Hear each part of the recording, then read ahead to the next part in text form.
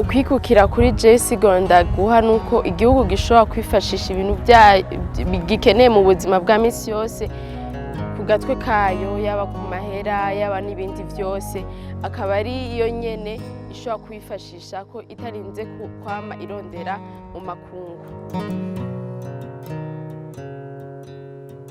Mu ntwaro naho ni mu gihe umunyagihugu wese afise ijambo, hakaba hariho na demokarasi. Umunyagihugu wese agashobora kuvuga ikiri ku mutima, mu gihe intwaro itariko iramumerera neza agashobora kwitura abagize intwaro bagashobora kumutunganiriza, batarinze kuraba ngo ntituri mu bwoko bumwe canke mu mugambi umwe. Yego.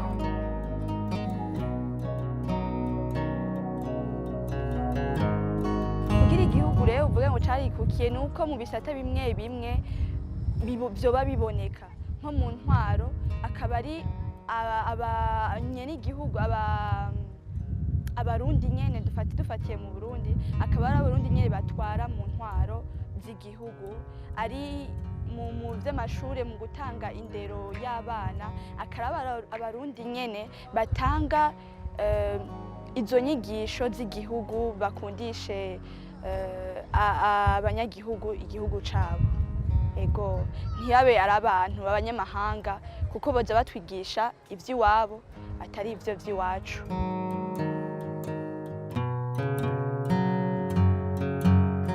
Ku bwanje isiguro noha ukwikukira ni ukuronka ukwidegemvya, ni ukuronka ubwigenge muri vyose, yaba mu gisata c'ubutunzi, mu vya politike no mu bindi novuga nka social. Wumva kuronka ubwigenge muri vyose.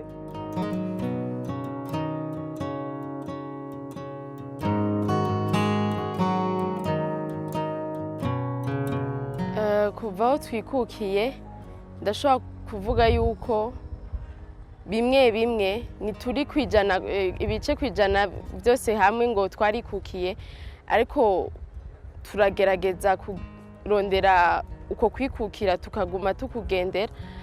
Hari ibisata bimwe bimwe bitararonka uko kwikukira, ariko naho nyene si ivyo kugaya. N'ubu mbona bariko igihugu kiriko kirakora ibishoboka byose kugira dushobore kwikukira mu bisata byose.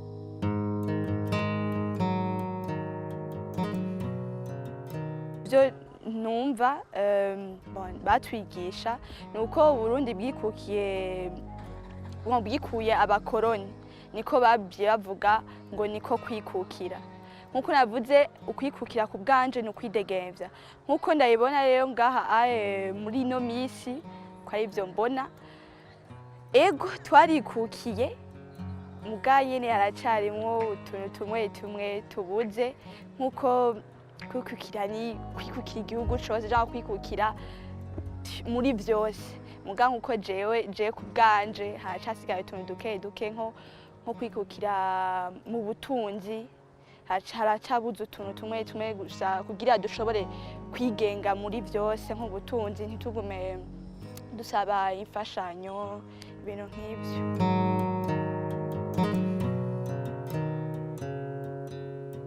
Ego burahari kuko nuko kwidegemvya kwarabayeho ku bipapuro nk'ivyo vya le 1er juillet aho vyabaye solennel, kandi turafise na Rwagasore yabigwaniye ku kwidegemvyo. Ego kurahari kuko ico yakoze vyazanye uguhinduka kw'ivyiyumviro vy'abandi banyagihugu, kandi ico gisigaye je ku bwanje ico mbona ni kubigisha ko bashobora kuzana nabona ibindi bishasha, apana ko bitegerezwa kuva mu banyamahanga.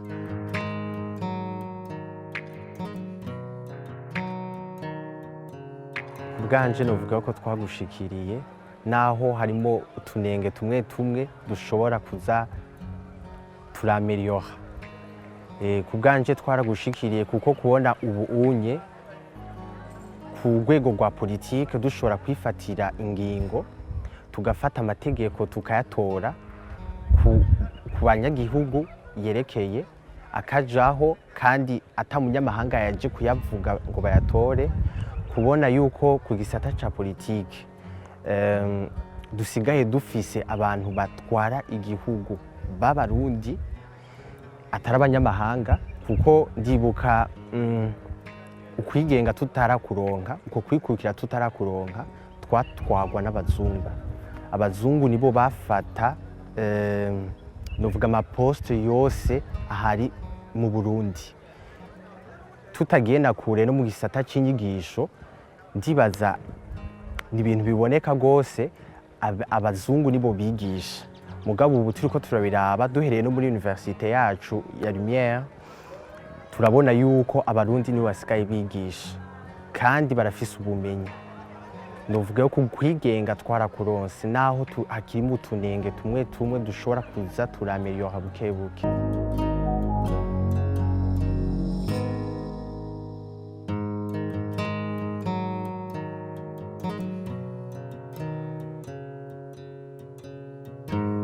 Ikintu cokorwa je nosaba nuko ubwa mbere leta yobanza igashiraho nk'ishure canke systeme yogira ubwa mbere ikadukundisha igihugu cacu, kuko abarundi benshi ntibakunda igihugu cabo, igashiraho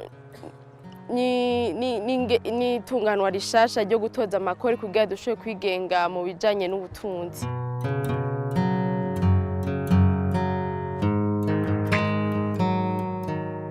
Kugira uko kwidegemvya nyakuri tugushikire ku bwanje, mbona yuko twotanga ubumenyi.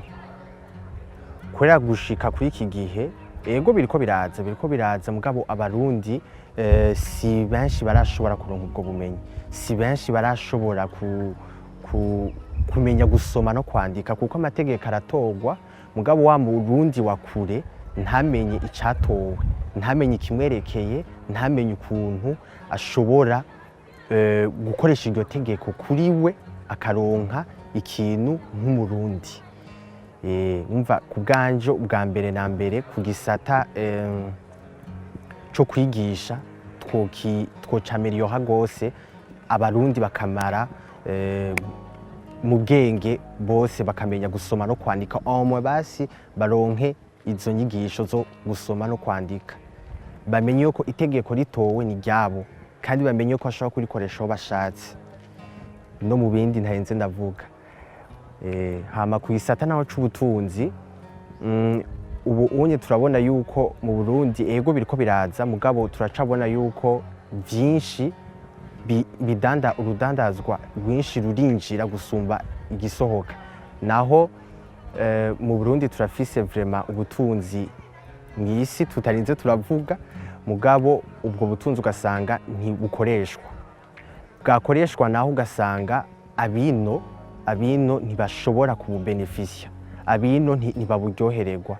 Rero ndiko mvuga ku vyerekeye nko ku butunzi yuko abarundi ifo yuko bijukira yuko nabone bashobora gukoresha ubwo butunzi bwabo bakabutanga hanze bakaronka ayo mahera, apana yuko tuza turatora gusa ibiva hanze bizaha ugasanga bije bizimvye, ugasanga twebwe nitwe tutunguka.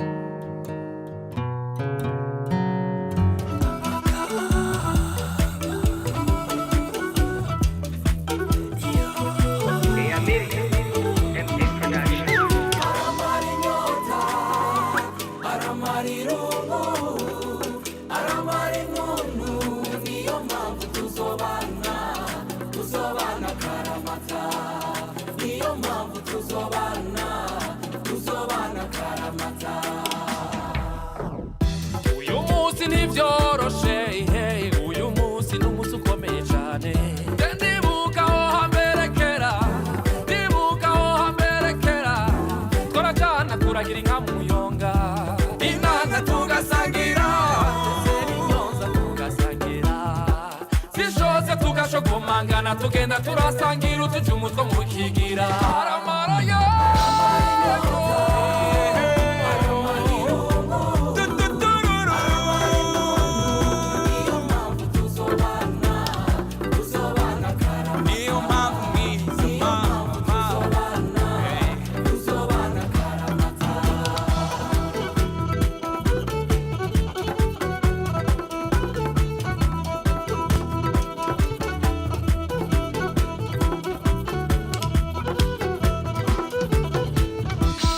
kumwe ndarengegwa turi kumwe ndarengegwa ibyo nkora byose bikabipfa gusa ari mw'ijoro nkabona ari kumutagama haraho nibaza kw'ijuru ringuye kiyo numvise imituragaro mu mutima wanje nkabura icyo mfata n'icyo ndeka mu nyumve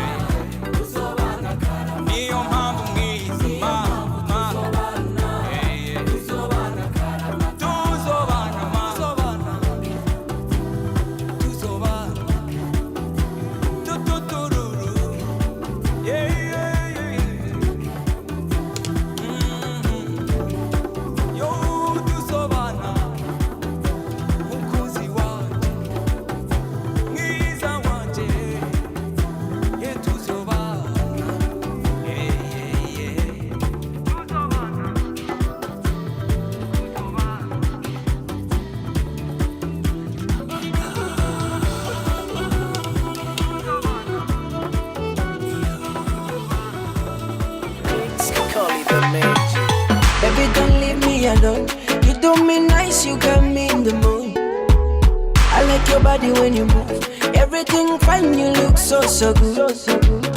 Kombo nuche, uteye umukobwa wa Mandela.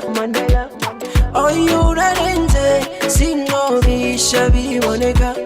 I love you biggie like that. When you come around, you give me some bite. I love you biggie like that.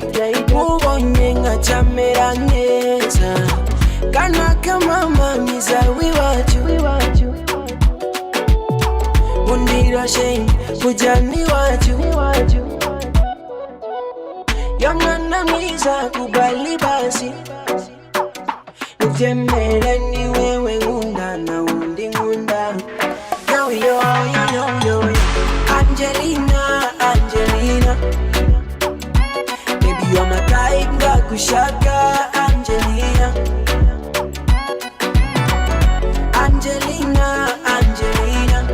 You give me vibe with your bam bam Angelina. Nakupenda Angelina, te amo.